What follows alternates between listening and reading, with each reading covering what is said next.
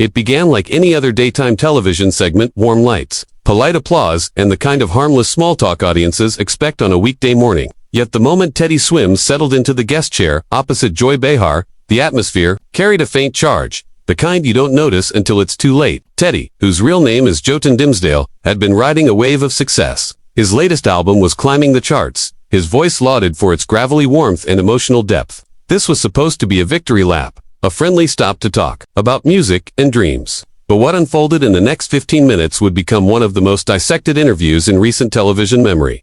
Joy Behar, infamous for her unapologetic bluntness, wasted no time. Leaning forward with that sly smile she'd honed over decades, she began, "Your songs feel unfiltered raw in a way a lot of music isn't anymore. Is that something you work hard to project, or is it just you?" Teddy rested his tattooed hands on his knees, speaking with calm assurance. "I don't think you can manufacture something like authenticity. You're either honest with your audience, or you're not. What I sing about comes from the real stuff, my life, my mistakes, the things I've fought through. You can't fake that." But Joy's eyes sharpened as she latched onto his answer. "Personal struggles," she repeated, almost tasting the words.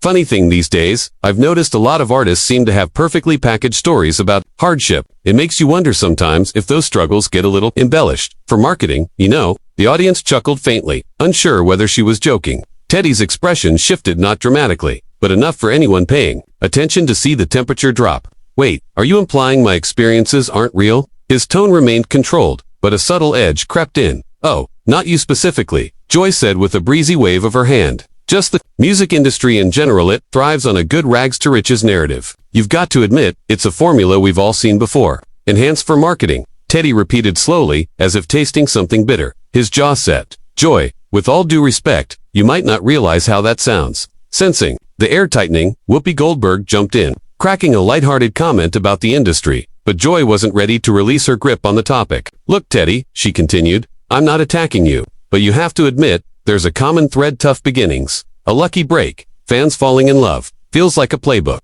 "That did it." Teddy leaned forward, voice gaining weight. "A playbook? You think years of hauling gear into dingy bars, singing to half-empty rooms, working construction jobs to cover rent, and swallowing rejection over and over was following a script? Is that what you're saying?" "I'm just saying," Joy started. "No." Teddy cut in, an interruption, rare for him in interviews. "What you're saying is based on something you don't understand.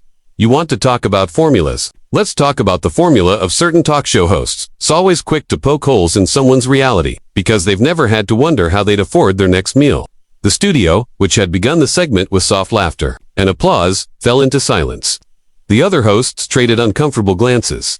Joy's cheeks colored, though her voice stayed firm. "Excuse me, I've faced my own struggles. Thank you very much. I didn't just stumble into this job." "I'm sure you've had challenges," Teddy replied, his southern drawl sharpening with emotion. "But to sit here and cast doubt on whether my music comes from a place of truth, that's not just insulting to me. It's insulting to anyone who's ever fought tooth and nail for something they love." Sarah N. attempted to pivot, asking about his upcoming tour, but the damage was already in the bloodstream of the conversation. Joy, her voice turning pointed, said, "Maybe you're being too sensitive. This is television. We ask hard questions. If you can't handle them, maybe you're not ready for this level of success." It landed like a slap. Teddy inhaled slowly, gripping the arms of his chair. "Too sensitive," he repeated, his voice low but resonant. "For 5 minutes you've questioned my integrity, my authenticity, my life story, and now I'm too sensitive for calling you on it." Joy's lips parted to respond, but Teddy pressed on, his voice rising.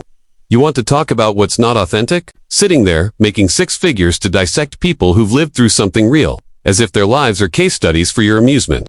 That's the real formula: privileged media figures who think they can summarize an entire life." In one segment, the room was still, the tension a living thing. Joy blinked, unprepared for this level of pushback. "Now, wait, just a no, you wait," Teddy snapped, rising from his chair. The movement jolted the camera operators, forcing them to readjust their shots. "I came here to talk about my art.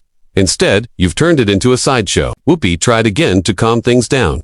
"Let's just breathe," but Joy's competitive fire flared. "You're acting like a child. Teddy, this is how interviews work, we dig? If you can't handle that, don't sit down." Teddy gave a short, disbelieving laugh. "Childish. You sit there with that smug grin, pretending you've got me figured out when you don't know the first thing about me." Sunny Hostin fidgeted with her notes. Alyssa Farah Griffin shifted in her seat, looking anywhere but the table. The audience was riveted, some holding their breath, others leaning forward, as if watching a high-stakes game. I know enough, Joy said coolly. Every singer who sits in that chair has the same story. Tough start, big dreams, their big break. It's like they all went to the same PR class. That was the match, striking the fuse. Teddy stepped closer to the desk, fists tight at his sides. Media training. You think sleeping in my car was PR practice? You think working double shifts so I could pay for 2 hours of studio time was part of some plan? I think, Joy began, but Teddy sliced the air with a hand, silencing her. His tone dropped to a calm that carried more weight than his raised voice ever could. I think you've been insulated for so long you can't even recognize the real thing when it's right in front of you.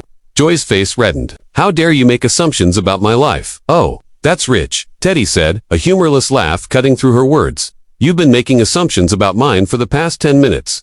The difference is, mine are based on watching you tear into people to make yourself look bigger. Yours are based on skimming an article before the cameras rolled. The crew stood frozen, veterans of live TV who nonetheless seemed unsure of whether to intervene. Sarah tried again. Let's talk about the incredible response to your new single. Teddy turned to her with a flicker of gratitude. Sarah, I appreciate you trying to keep this on track, but I think we've passed that point. He shifted back to Joy, eyes locked. Here's how this will go. I'll finish what I came to say, and then I'll leave. And for once, you're going to listen without cutting me off. Joy scoffed. Excuse me, this is my show, it's theirs too. Teddy shot back, gesturing toward the other hosts. Not that you seem to remember that. He steadied his breathing. I grew up in a place where Friday night football was the event of the week. My dad worked in a factory. My mom cleaned houses. We didn't have music lessons or fancy gear. Everything I learned, I taught myself. Joy's lips tightened, but she stayed silent. When I was 22, I was scraping by living gig to gig, singing covers in bars where nobody cared what I was playing. I had no industry contacts, no backup plan, no safety net, just a voice, and a dream I refused to let die. The studio was silent, the weight of his words pressing on everyone present. So when you sit there with your steady paycheck and your comfortable studio and question whether my story is real, it's not just an insult to Mitts, an insult to anyone who's ever had to choose between paying rent and chasing their dream. Even Whoopi seemed moved, but Joy couldn't resist. Look, I get that you're passionate, but you're taking this too personally. I'm just doing my job. Teddy's eyes stayed on her, his tone cooling to something quieter, sharper. Your job is to have conversations, not to tear people down for sport. Clearly, we have different definitions of the word. He looked to the other hosts, then into the camera. To the viewers who tuned in expecting to hear about music's, got this instead. It's not why I came here. He turned back to Joy. I've met a lot of people in this business, some genuine, some fake. But I've never met someone so determined to chip away at others just to make themselves feel tall. That's not journalism. That's sad. Joy's eyes widened, her usual quick reply stuck somewhere between breath and voice. Teddy reached for the mic, clipped to his shirt, unclipping it with slow precision. The act itself was a statement. You know the difference between us, Joy? He asked, voice steady. When I fail, I do it alone. When you fail, you drag others down with you. Joy started to respond, but Teddy stepped back. I came here in good faith, ready to respect this platform, but I won't let you turn my life into your punching bag because you feel like swinging today. Whoopi's voice cut in one. Last time, softer now. Teddy, please, I respect you, Whoopi, he said, turning to her. Same for Sarah. Sonny, Alyssa, you get that interviewing someone isn't about trying to humiliate them, but this, he motioned toward Joy without looking at her. This isn't professional. It's not even entertainment. It's just mean. And I won't stay for it. The air in the studio had shifted into something unrecognizable, thicker, heavier, as though the weight of what had just been said could not be lifted by any commercial break. Joy Behar leaned back in her chair, trying to wear the smirk of control, but her fingers betrayed her, tapping against the armrest in uneven bursts. Teddy stood motionless, eyes fixed on her with a kind of calm that was more unnerving than the heat of his earlier words. It was the calm of someone who had decided there was nothing left to lose. Cameras rolled, capturing every flicker of the moment, and somewhere in the control room, a producer muttered that they were witnessing a career-defining standoff. You really think this is how you win an audience? Teddy's voice was quieter now, but somehow carried more force. By cornering your guests, by making them feel like the only way out is to snap. He didn't blink, didn't shift, didn't offer her a way out.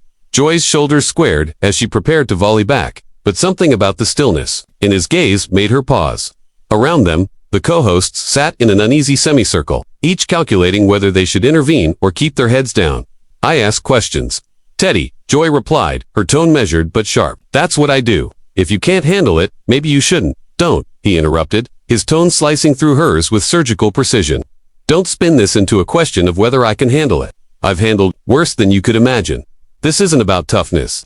This is about respect. The words hit like a slow, deliberate drumbeat, each one striking the studio floor, until the silence that followed felt almost dangerous. For a long, taut moment, the set seemed frozen in amber.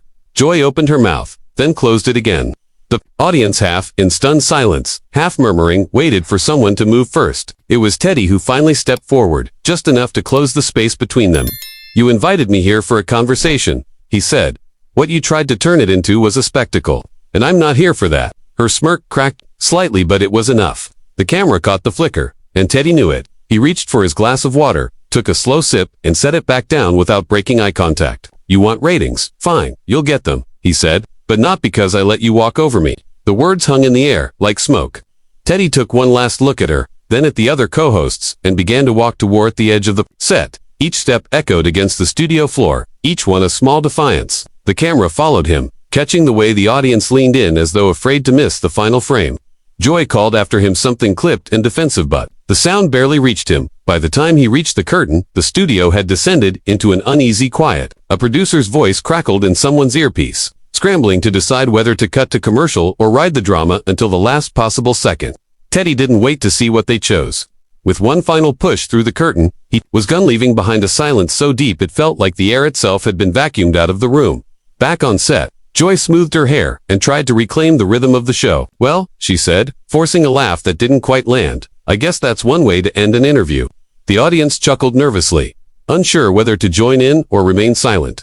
Her co-hosts avoided her eyes, busying themselves with notes, coffee mugs, anything but the tension that still clung to the air. Somewhere in the control room, a voice finally called, "Fade to black." And just like that, the moment was sealed, another flashpoint in live television history, the kind that would be replayed, dissected, and immortalized in clips that would rack up millions of views before the night was over.